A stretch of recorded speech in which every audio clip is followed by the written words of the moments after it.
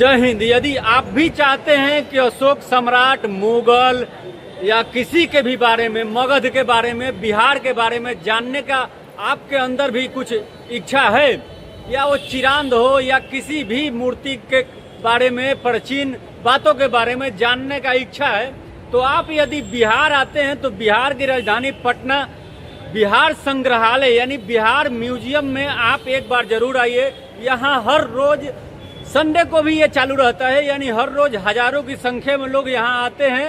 यहाँ बड़े लोगों के लिए 100 रुपया और छोटे लोगों के लिए 50 रुपया टिकट का दाम है। आपका वो 100-50 रुपया ऐसे ही वसूल हो जाएगा जब आप भारत और मगध के प्राचीन इतिहास से जब आपको दर्शन होगा तो आप बहुत सारे कुछ को अनुभव कर पाएंगे, देख पाएंगे। तो आप भी यदि पटना आते हैं तो बिहार संग्रहालय आइए। और क्या आप कभी इससे पहले आके घूमे हैं कि आपको बिहार और बिहार से जुड़ा मगध प्राचीन चीज़ों के बारे में क्या जानते हैं? आप अपना राय कमेंट बॉक्स में लिखिएगा। फिर मिलेंगे, तब तक के लिए जय हिंद।